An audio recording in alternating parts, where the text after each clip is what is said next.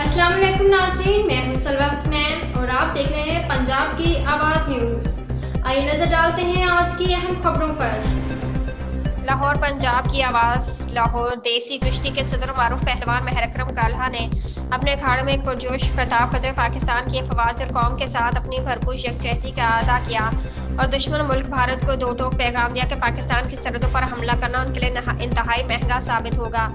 महर अकरम काल्हिया पहलवान ने कहा कि पाक फौज हमारे लिए फख्र का बायस है।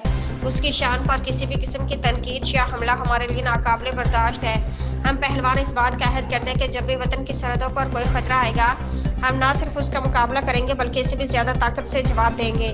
उन्होंने दुश्मन को वाज़ेह तौर पर खबरदार करते कहा कि अगर रात के अंधेरे में बुज़दिलाना तौर पर कोई हमला करने की कोशिश की गई तो हम इस लम्हे इनको ऐसा जवाब देंगे जो उनकी नस्लों तक पहुंचेगा। हम सिर्फ बातों से नहीं, अमली तौर पर दुश्मन को सबक सिखाएंगे। महर अकरम काल्हा पहलवान ने मजीद कहा, हमारा अखाड़ा सिर्फ कुश्ती की तरबियत नहीं देता, ये गैरत अज़्म और हब्बुल वतनी का दर्स देता है। ये वो जगह जहाँ जवानों को ना सिर्फ जिस्मानी कुव्वत मिलती बल्कि उनके दिलों में वतन की खिदमत का भी जज्बा पैदा होता है ताकि वो दुश्मन का हर बार मुंह तोड़ जवाब दे सकें।